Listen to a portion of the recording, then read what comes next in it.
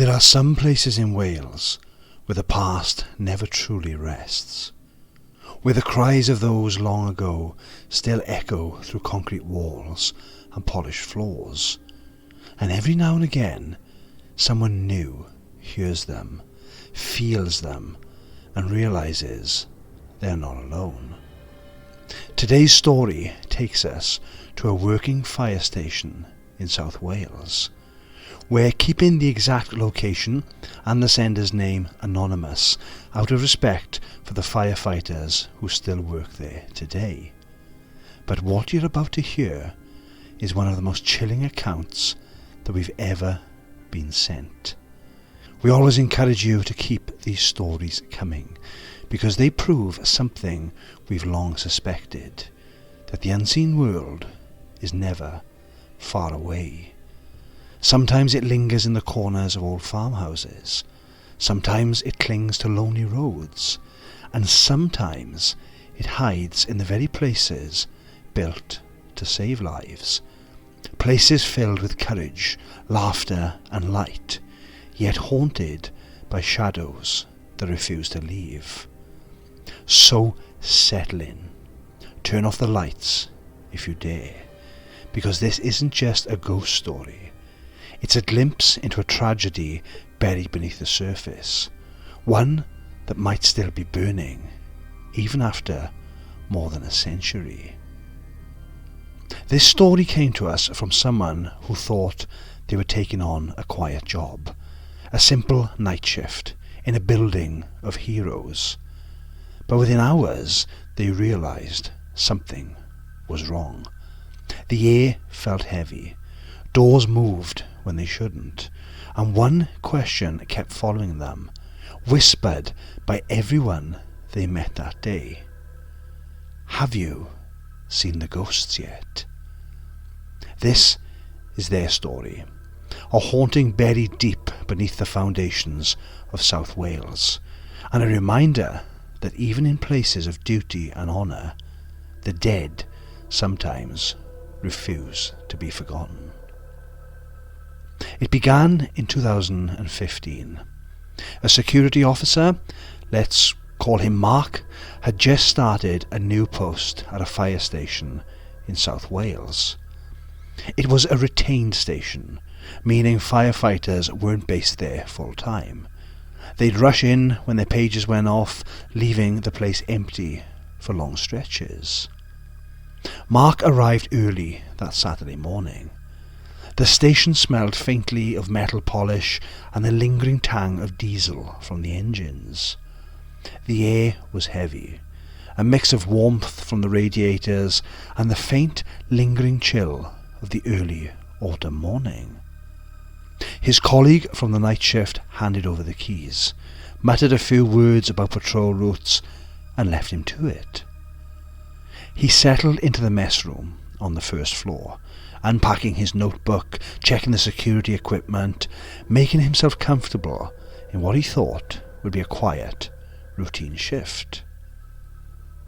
About an hour or so later, the silence was broken by the sound of the front door slamming shut, sharp enough to make him jump, followed by the heavy, measured sound of boots on the stairs. A firefighter popped his head around the corner, greeting him and asking him if he was one of the security guards. He then uttered the words, "Have you seen the ghosts yet?" Mark laughed it off. A joke, surely. Firefighters were notorious pranksters, and he assumed this was just an initiation of sorts, a rite of passage to get the new guy unsettled. But when another firefighter arrived later that day and said the same thing, word for word, "Have you seen the ghost yet?" Mark began to feel an uneasy twist in his stomach. The second voice carried no hint of humour, no playful grin, just a flat, matter-of-fact warning. When he joked about calling the Ghostbusters, the firefighter didn't laugh. He didn't even smirk. He simply said, "No, mate, this place is bloody haunted." Then, as quietly as he arrived, he left. By now the word haunted was echoing around Mark's mind like a siren that wouldn't stop. He tried to shake it off, blaming tiredness, the old building settling, or his own imagination. Later, a high-ranking officer in crisp uniform pulled up in the forecourt. Mark saw him from the first-floor window, a figure of authority, calm, precise. But when the man stepped inside, he too asked the same question. "Have you seen the ghosts yet?" Mark's heart skipped. 3 separate people, 3 separate warnings, and all of them were serious. This was no prank. This was not a joke. The officer paused, meeting Mark's wide-eyed stare. "This station is very haunted. If I didn't have to be somewhere, I'd stay and tell you. But yes, you'll soon find out for yourself." Mark was taken aback. His mind raced. He tried to reason with himself. Haunted? Really? But an instinct deep in his chest told him that this wasn't something to dismiss lightly. Even now, as he moved through the building on patrol, the walls seemed to hum with a low, restless energy. Every shadow felt longer, every creak of the floorboards sharper. By the time the first firefighter returned that evening, Mark knew he had to ask questions. He put the kettle on, the smell of boiling water mingling with the old scents of the station, and waited. What had been said in passing now demanded answers. What had been whispered in jest by some turned out to be a warning. And Mark was about to learn just how deep the shadows ran in this place. When one of the firefighters came back that evening, Mark gave the firefighter the cup of tea and prepared for what he hoped would be answers.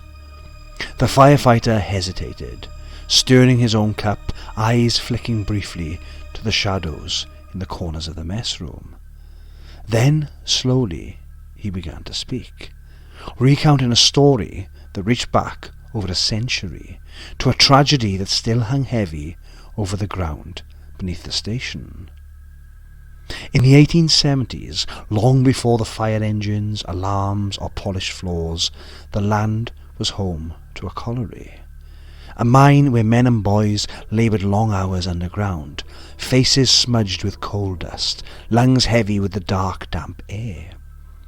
And on a tragic September day, a day that would mark the ground forever, an explosion ripped the mine.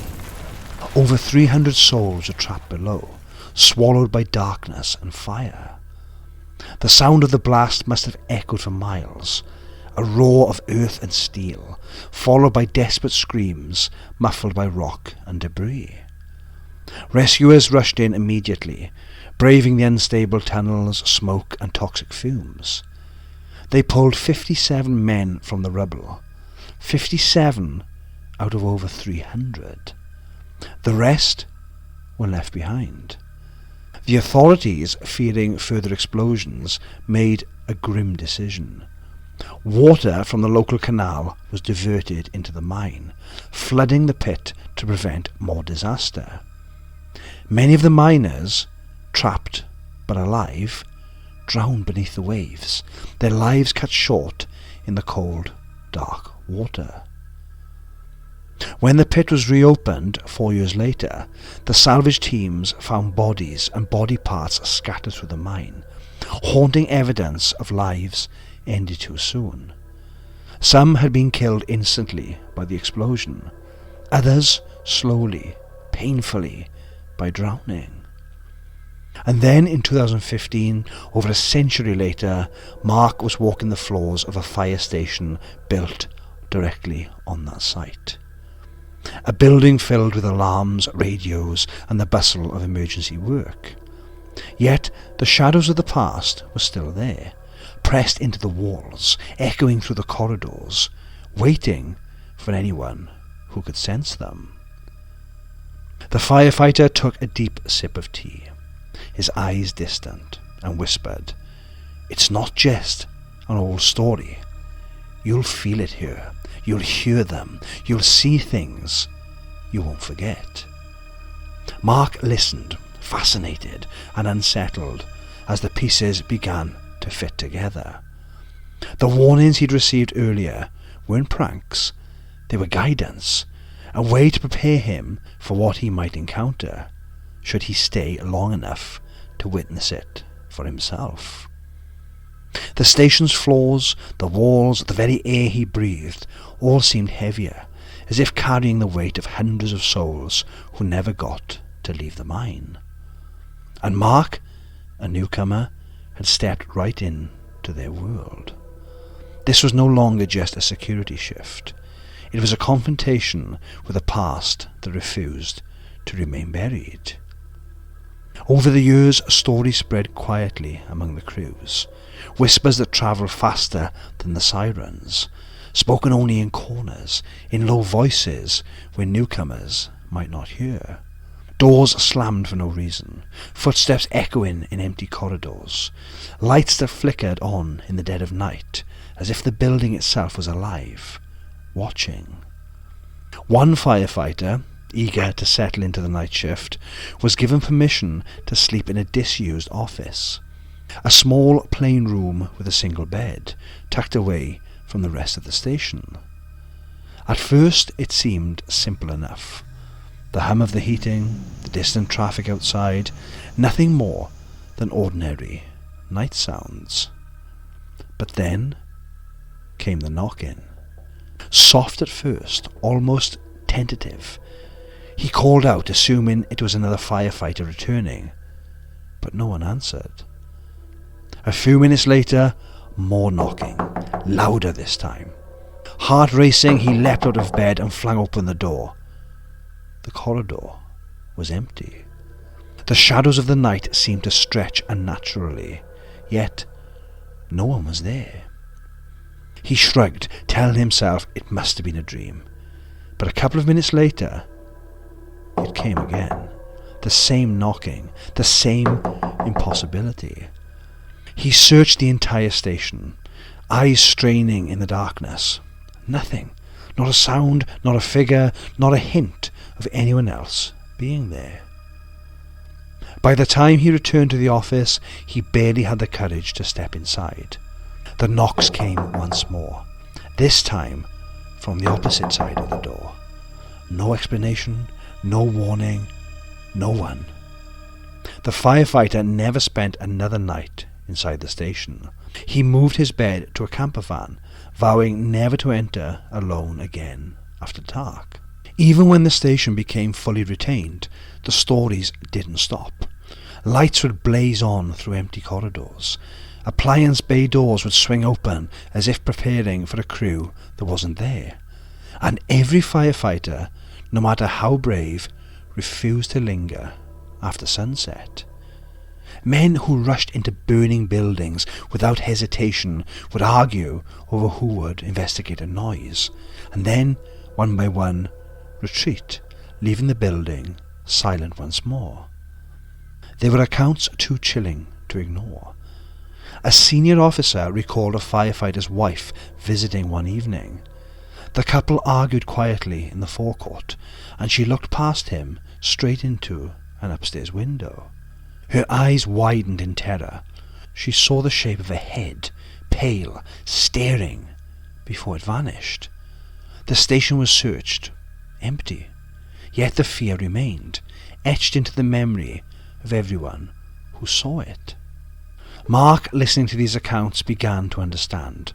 The building itself carried memories, not just of fires and rescues, but of something older, darker. The miners who had died in the explosion, their lives cut short and trapped in the darkness below.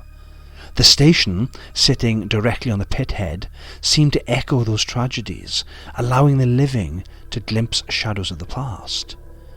Even simple tasks, walking from the mess room to the watch room, checking patrols, brewing a cup of tea, became exercises in vigilance. Lights switching on, doors slamming, shadows moving in ways that defied explanation. The station seemed to be alive in a way no living creature could fully comprehend. And as Mark would soon learn, it wasn't just a matter of seeing or hearing. It was a feeling, the weight of unseen eyes, the sensation that the air itself could reach in and brush against you, reminding you that some presences don't just haunt a building, they claim it. Mark stayed at that post for months, and with each night the feeling of being watched grew heavier, more suffocating, as if the building itself had a heartbeat, slow, steady, and just out of sync with his own. But nothing compared to what happened one day. He arrived early for a morning shift, around 6:30, the sky still half dark, the air heavy with the chill of a Welsh winter. He hadn't even switched off his engine when he noticed his colleague standing outside the door of the station. Pale, rigid, eyes wide with something close to panic. Before he could even step out, the man had yanked the car door open. He was talking fast, words tumbling over each other, hands shaking. Our storyteller had to ask him to slow down, to breathe. Finally, the story came out. In the small hours of the night, while staring absent-mindedly out the window behind his desk, the guard had seen something move across the far side of the room. At first he thought it was the reflection of passing headlights, until he realized there were 3 figures walking slowly across the room. They looked like men, dressed in dark work clothes, caps low over their heads, faces pale with soot. Miners, moving quietly, side by side, as if on their way to the pit head for another day's work. He blinked, and they were gone. Then came the noise, doors slamming, 1, 2, 3, each bang louder, closer, reverberating through the station until the walls seemed to shudder.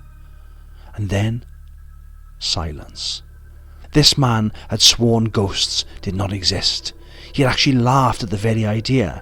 He now stood trembling on the forecourt in daylight, eyes full of fear. He looked at our storyteller and said quietly, "I've changed my mind." Mark would walk the corridors during his patrols, torch in hand, and the shadows would shift in ways that didn't match the light. A door that had been closed moments before would be wide open when he returned. Lights that had been off would suddenly blaze, revealing empty rooms, appliances humming with electricity, yet no one was inside. On one night he heard the distinct sound of doors slamming upstairs. He raced to investigate, heart hammering in his chest, only to find empty corridors and silent rooms. The station, alive with sound moments before, seemed to fall silent again the instant he arrived, as if mocking his search. During another shift, Mark was speaking to a friend on the phone, recounting everything he had been told and everything he had seen. Mid-conversation, out of the corner of his eye, he saw a figure moving toward a door. He spun around only to find the room completely empty. Even outside, the sensation followed him. One January evening, standing alone on the forecourt, cigarette in hand, the cold biting through his coat, Mark felt eyes on him. He scanned the deserted street. Nothing. Then, for the briefest moment, he caught movement in the watchroom window. A figure, standing and looking straight at him. And just as suddenly, it was gone. He was the only person in the building. Upstairs in a former bar, once used by the firefighters, the swinging double doors, designed to allow rapid movement when alarms sounded, had a bit of a strange quirk. They always banged 3 times before stopping, no matter how softly or forcefully that they were closed. A few nights later, as Mark prepared his dinner in the small kitchen, he heard those very doors swinging. 3 bangs, yet no one had entered or left. the room was empty, silent except for the lingering echo of the door. On another patrol, the lights in the appliance bay switched on without warning, signalling a call, though no call had been made. Moments later, a violent slam came from upstairs, followed by the unmistakable sound of multiple footsteps moving across the floor above him. Mark was alone. And yet, each time he thought he had grown accustomed to the strange occurrences, they escalated. Figures in windows, lights that defied explanations, doors that moved on their own. It was as though the building itself was alive, aware, watching, and testing him. Mark knew one thing for certain. Whatever haunted the station, it wasn't polite. It wasn't patient. It didn't care about reason or explanation. It was a presence, ancient, restless, tied to the ground beneath the fire station, and it made itself known to anyone who dared enter after dark. So, what could really be happening at this fire station? Some will try to explain it away. Perhaps it's an echo of the past, they say. Energy imprints, where traumatic events leave residual traces that replay like a broken recording. The explosion at the colliery, the drowning of hundreds of miners, fear, desperation, pain, all pressed into the ground, the air, the walls themselves. And maybe, just maybe, those echoes can be felt, heard, even seen by those sensitive enough to notice. Others will suggest a psychological angle. When we know we are standing on the site of a tragedy, the mind can interpret every creak, every flicker of light, every shadow as something supernatural. Fear amplifies itself. Our imaginations, fueled by history and suggestion, become a lens through which ordinary events appear extraordinary. But consider this. The people experiencing these phenomena aren't easily frightened. Firefighters, men and women who run into burning buildings, who face smoke, fire and death on a daily basis. They have seen horrors most people can't imagine. Yet even they refuse to stay in this station after dark. Even they argue over who will investigate a strange noise and then retreat, leaving the building to whatever waits in the shadows. And it's not just fear projected by humans. Lights switching on by themselves, doors opening and slamming violently, apparitions in windows, figures moving where no one should be. 3 separate people asked the same question on his first day. Have you seen the ghosts yet? This wasn't a coincidence. It was a warning. Some believe the miners themselves remain. Trapped, disorientated, their spirits refusing to rest. The explosion, the drowning, the scattered bodies, their lives cut short in a chaos too violent to leave behind. Perhaps they wander the corridors, replaying the final moments of their lives, or searching for a way out of the darkness they never escaped. Or could the station have become a nexus, a crossroads where the living and the dead brush against each other? Buildings have memory, they say, but some memories are stronger than others, clinging to stone and steel, demanding attention, refusing to fade. Mark's experiences, combined with the stories passed down by generations of firefighters, suggest something more than coincidence or suggestion, something old, something restless. And in the quiet moments, standing alone on a dark forecourt, hearing doors bang upstairs, or seeing a shadow in a window where no one should be, the evidence is undeniable. Whatever it is could be tied to the ground, to the building, and to the lives that ended too soon. And it's still there, watching, waiting. And that is the story of the haunted fire station in South Wales, a place where duty meets the dead, where firefighters, heroes of the living world, share their nights with the echoes of the past. A station built on the site of unimaginable tragedy, and perhaps still watched over by those who never made it back to the surface. We'd like to thank the person who sent us this story. You know who you are. Your courage in sharing these experiences has allowed us to give a voice to the forgotten and to the restless souls that may still walk those halls. And as always, we want to hear more from you. If you've experienced something strange, something you can't explain, please send it to us. We read every message, every email, and we love bringing your real stories to life here on the channel. Because every town, every village, every street in Wales has its shadows. And maybe, just maybe, yours hides something waiting to be told. Thank you so much for watching today. Your support truly means the world to us.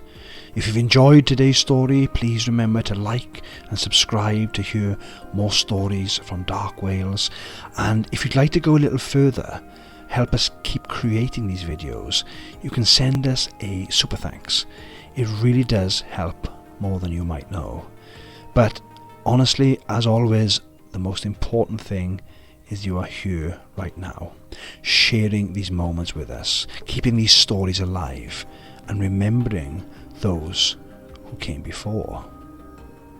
And remember, some doors don't just open themselves, they open for the ones who never left. Until next time, be careful out there.